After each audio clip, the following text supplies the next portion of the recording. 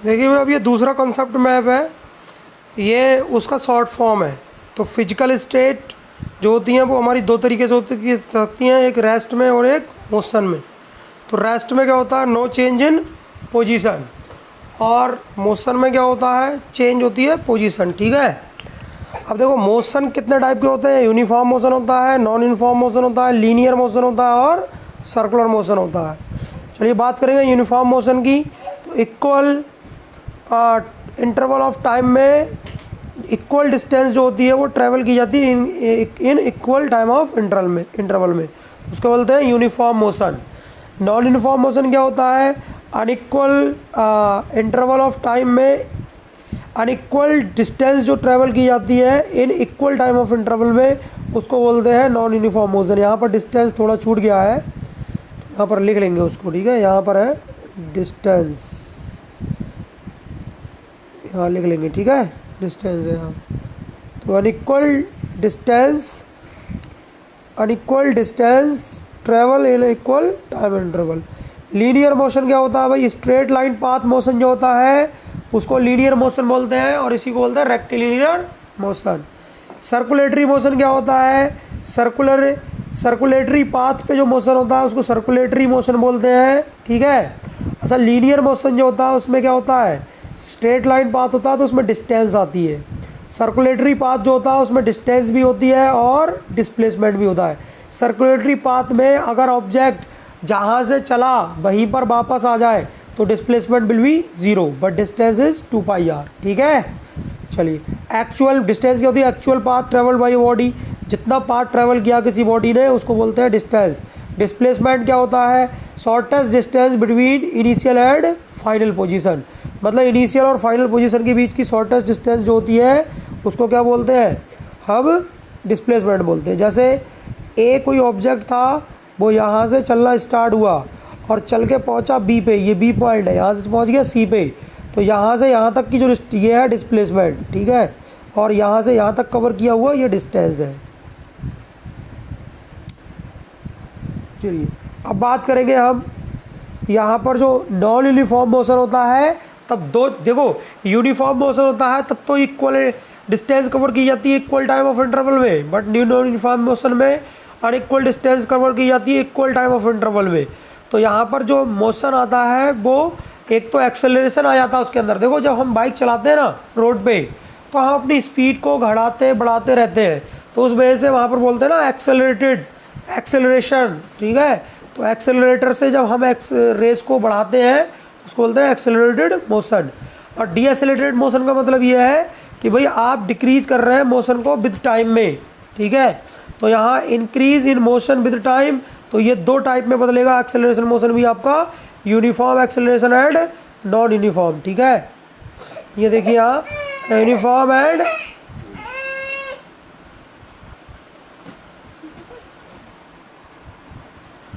Uniform acceleration और non uniform acceleration motion. ठीक है, अब बात करेंगे हम इधर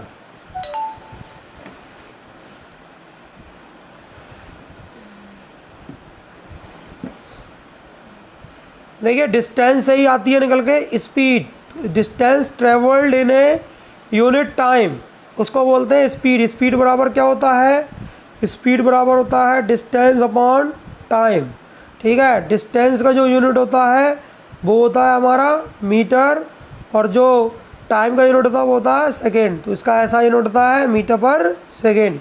इसमें सिर्फ मैग्नीट्यूड होता है, डायरेक्शन नहीं होती।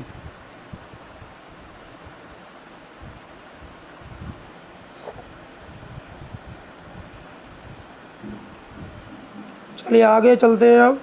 अब बात करेंगे हम इक्वेशन ऑफ मोशंस की। तो there are 3 type of equation motion. First equation motion होती है आपकी v equals to u plus a t. Second equation of motion होती है आपकी s equals to u t plus half a t square. Third equation of motion होती है v square बराबर u square plus 2as।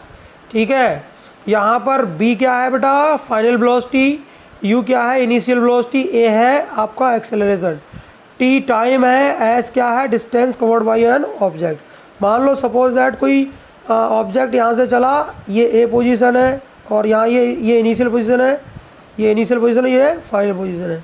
तो यहाँ से यहाँ तक चलने में उसका इनिशियल वेलोसिटी u होगा, फाइनल वेलोसिटी v होगा। यहाँ से यहाँ तक जाने में टाइम t लगेगा, और जो डिस्टेंस कवर की होगी यहाँ से यहाँ तक वो कितनी होगी, वो s होगी। ठीक है, और a क्या होगा, यहाँ का एक्सेलरेशन होगा।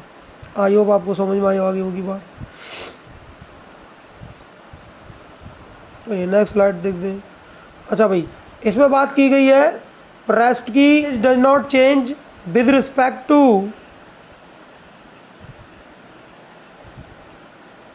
ए reference point.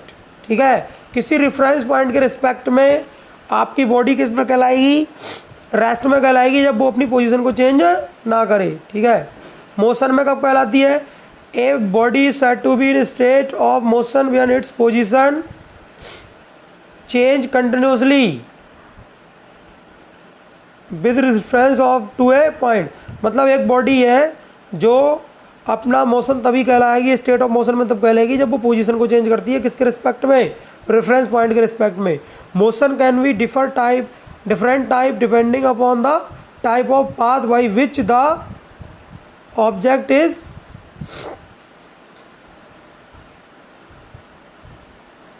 motion can be different types depending upon the type of path by which the object is going through।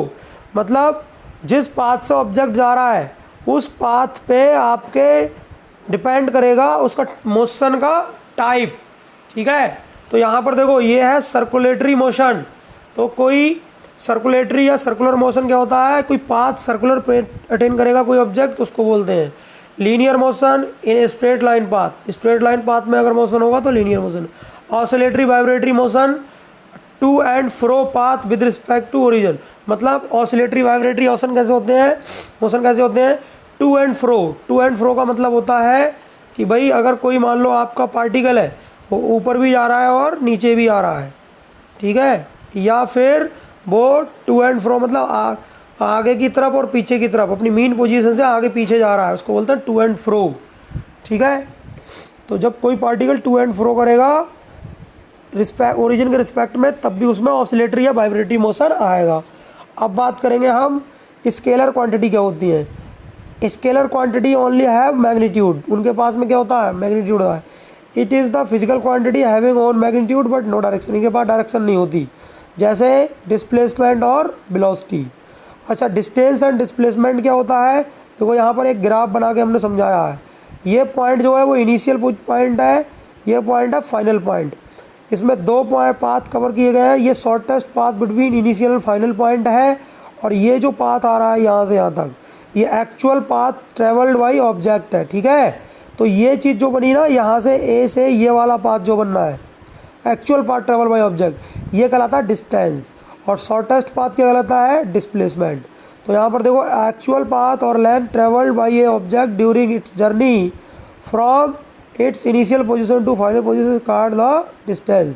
मतलब इनिशियल पोजीशन से फाइनल पोजीशन तक एक्चुअल पाथ अगर ट्रेवल किया जाए ऑब्जेक्ट के द्वारा तो उसको बोलते हैं हम डिस्टेंस।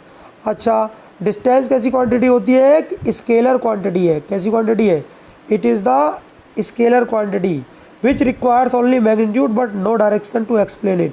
मतलब डिस्टेंस को एक्सप्लेन करने के लिए हमें डायरेक्शन की आवश्यकता नहीं है। देखो यहाँ से लेके यहाँ तक बहुत सारी डायरेक्शन चेंज की है पार्टिकल ने या ऑब्जेक्ट ने, तो इसलिए इसको डिस्टेंस बोलेंगे। डिस्टेंस के लिए डायरेक्शन की आवश्यकता नहीं है। जैसे एग्जांपल के लिए Ramesh travel 65 kilometre, distance is measured by odometer in vehicles.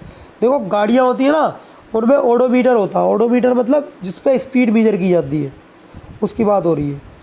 अब डिस्प्लेसमेंट की बात करेंगे तो वो वेक्टर क्वांटिटी होती है। It requires both magnitude and direction for its explanation. मतलब जो डिस्प्लेसमेंट है वो एक वेक्टर क्वांटिटी है, और इसको एक्सप्लेन करने के लिए हमें डायरेक्शन की भी ज़रूरत है और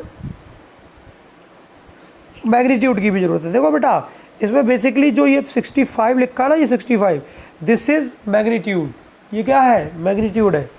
तो बात करेंगे हम डिस्प्लेसमेंट की, तो ये कैसी क्वांटिटी थी, वेक्टर क्वांटिटी होती है, और इसके पास में क्या होता है बेटा, बहुत मैग्नीट्यूड एंड डायरेक्शन भी होती है। जैसे एग्जांपल के लिए रमेश जो जा रहा है वो ट्रैवल कर रहा है, रमेश ट्रैवल कर रहा है 65 kilometre south west from clock tower, इसमें देखो डायरेक्शन भी दे रखी है साउथ वेस्ट, ठीक है। तो ये क्या डिस्प्लेसमेंट है। Next slide. देखो कुछ फैक्ट होते हैं और वो मैटर करते हैं। An object is said to be in motion when its position change with time, अभी समझाया। We describe the location of an object by specify a reference point. देखो हम किसी ऑब्जेक्ट की लोकेशन को स्पेसिफाई कर सकते हैं रेफरेंस पॉइंट को बता के, ठीक है। मोशन इज रिलेटिव, मोशन कैसा होता है, रिलेटिव होता है। The total path covered by an object is said to be the distance travel by it. देखो मोशन रिलेटिव, इसका मतलब क्या है, मोशन रिलेटिव का मतलब ये है कि जैसे मान लो हम कहीं पर खड़े हुए हैं और कोई बस में बैठ के जा रहा है, तो जो बस में बैठा होगा वो उसे लगेगा कि मैं चल रहा हूँ, मतलब मैं पीछे की तरफ जाता हुआ दिखूंगा, और मुझे लगेगा कि बस में जो बच्चा बैठा हुआ है या जो भी बैठा हुआ पर्सन वो जा रहा है। तो देखो रिलेटिव बात आ गई नहीं। तो मोशन कैसा होता है, रिलेटिव होता है, ठीक है। जैसे ट्रेन में हम बैठते हैं तो एक ट्रेन चल पड़ती है, दूसरी रुकी होती है, तो पता चलता है कि बराबर वाली ट्रेन चल दी, लेकिन पता चलता है हमें थोड़ी देर बाद कि हमारी ही ट्रेन चल रही है, तो ऐसा लगता है कि बराबर वाली ट्रेन चल रही है। तो ये सब रिलेटिव मोशन में आते हैं। अब देखो इसमें लिखा था shortest path distance measured from the initial and final position of an object is known as displacement. तो शॉर्टेस्ट पाथ कवर किया जाएगा वो इनिशियल फाइनल पोजीशन में, वो डिस्प्लेसमेंट कहलाता है। Next slide. अब देखिए क्वेश्चन, ये थोड़ा सा न्यूमेरिकल है। A body travel 4 kilometre toward north. देखो एक बॉडी है, वो इसमें ग्राफ में भी दिखाया है कि 4 किलोमीटर चली नॉर्थ की तरफ, 4 किलोमीटर चली नॉर्थ की तरफ, ऊपर की तरफ, ठीक है। Then he turns his right, ठीक है, उसने क्या कर दिया,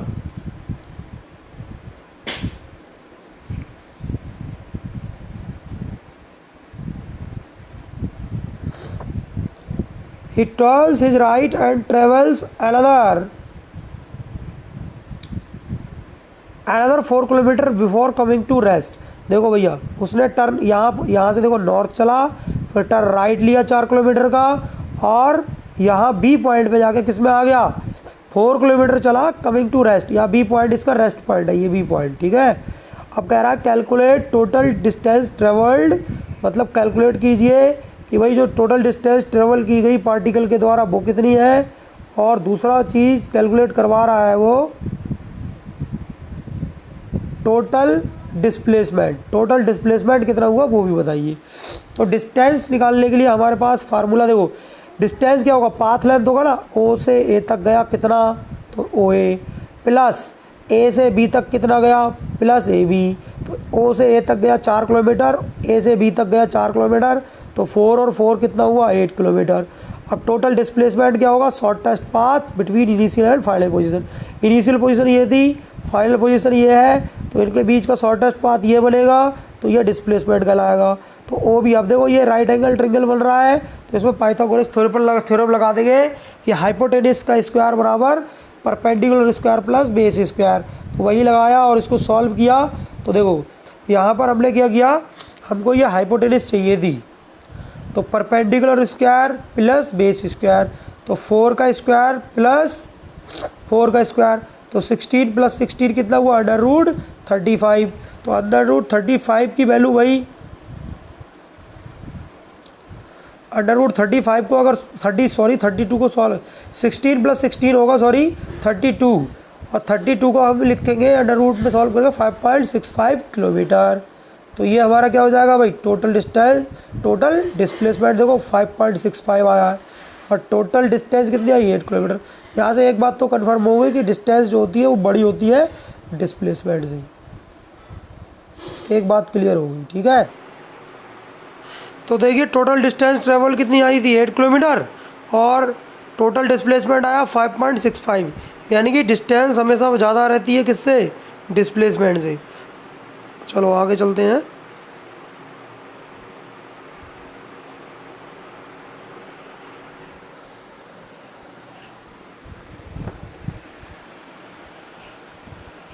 नेक्स्ट स्लाइड।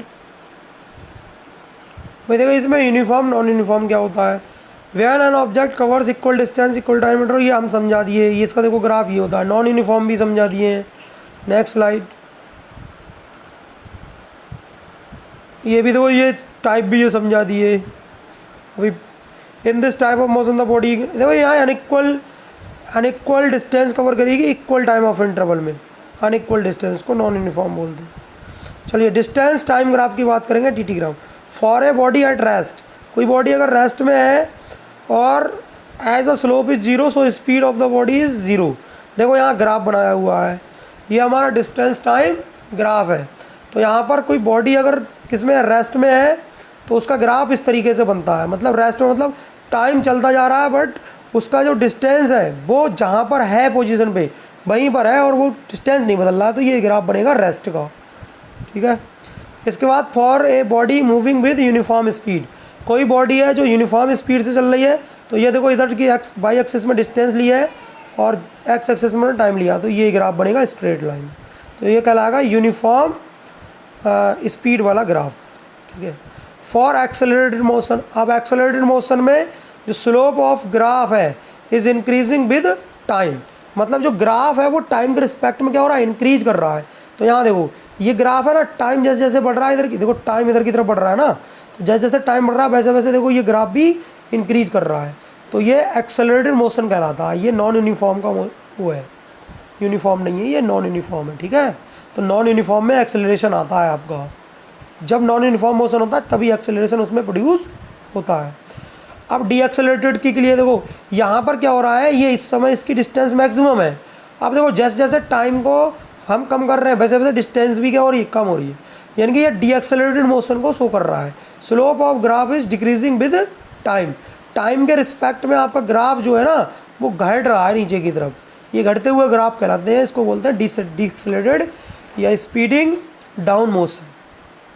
नेक्स्ट देखो वेलोसिटी टाइम ग्राफ को क्या है, where a body moving with a uniform velocity the slope of a b indicates zero acceleration. देखो वेलोसिटी जब कांस्टेंट, ये कांस्टेंट वेलोसिटी का ग्राफ है और इस समय एक्सेलरेशन क्या हो जाता है, जीरो। यहाँ देखो यहाँ पर वेलोसिटी चेंज ही नहीं हो रही है और हमारा एक्सेलरेशन की डेफिनेशन क्या होती है, change in velocity with respect to time.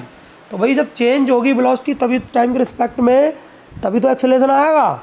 अब जब वेलोसिटी चेंज ही ना हो रही है, सीधे स्ट्रेट लाइन है, जब ये ग्राफ बनता है तो वो आपका ग्राफ होता है यूनिफॉर्म वेलोसिटी का। ठीक है।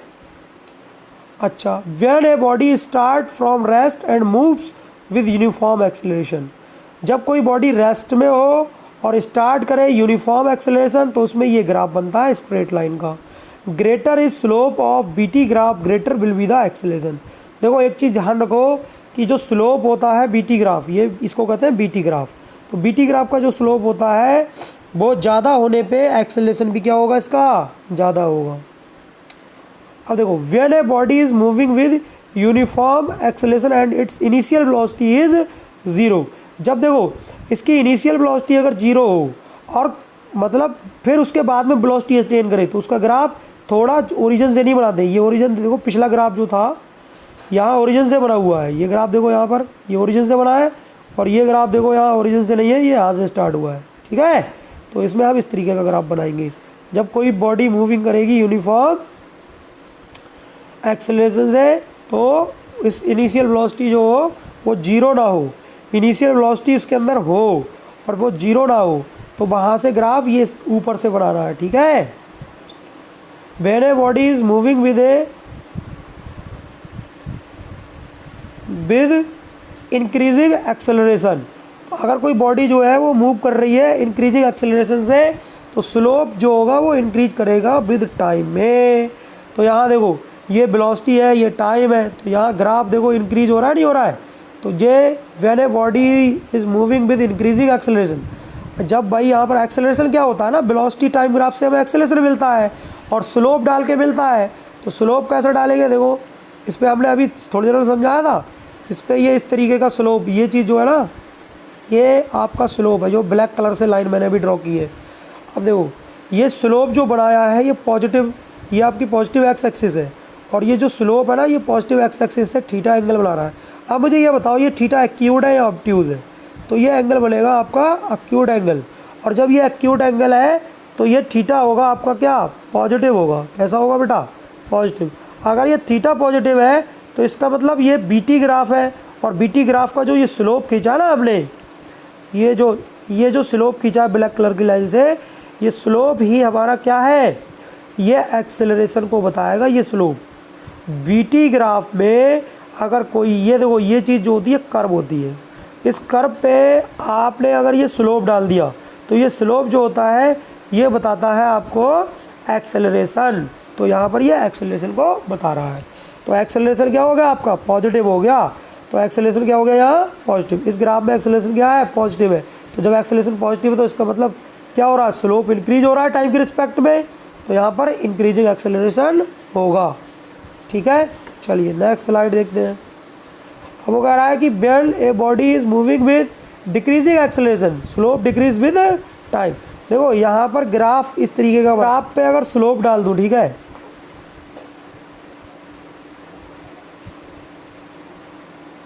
इस ग्राफ पे अगर मैंने स्लोप डाला तो ये इस तरीके से पड़ेगा स्लोप। अगर यहाँ थोड़ा सा ध्यान से देखें तो ये जो एक्स एक्सिस है ना, एक्स एक्सिस ये वाली, ये पीछे की तरफ बढ़ाओगे तो ये देखो एक्स एक्सिस पीछे की तरफ बढ़ाई तो ये पॉजिटिव एक्स एक्सिस से थीटा एंगल बना रहा है, नहीं बना रहा है। तो यहाँ थीटा एंगल बनाने पे यहाँ पर क्या हो रहा है, ये स्पीड क्या हो रही है इसकी, डिक्रीज़ हो रही है। कैसी हो रही है, ये नीचे की तरफ, मतलब टाइम के रिस्पेक्ट में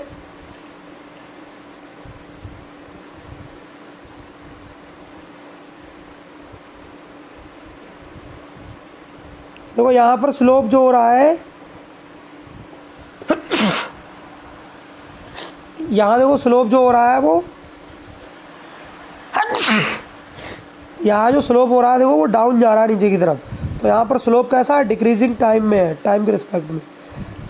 when A body is moving with uniform retardation with its initial velocity is not zero, मतलब वेलोसिटी हो उसके अंदर और उसकी वेलोसिटी जीरो ना हो, उसमें रिटार्डेशन आ रहा हो। रिटार्डेशन मतलब उसका एक्सेलरेशन डाउन जा रहा हो, तो उस समय उसका ग्राफ बीटी ग्राफ बनेगा इस तरीके का। ठीक है, तो यहाँ पर जो थीटा होगा वो एक्यूट हो, ऑब्ट्यूज होगा। ठीक है, तो थीटा 90 डिग्री से ज़्यादा है तो ग्राफ कैसा होगा, नेगेटिव स्लोप का होगा। Next slide. स्पीड क्या होता है, the distance travelled by an object in unit time is referred to as speed.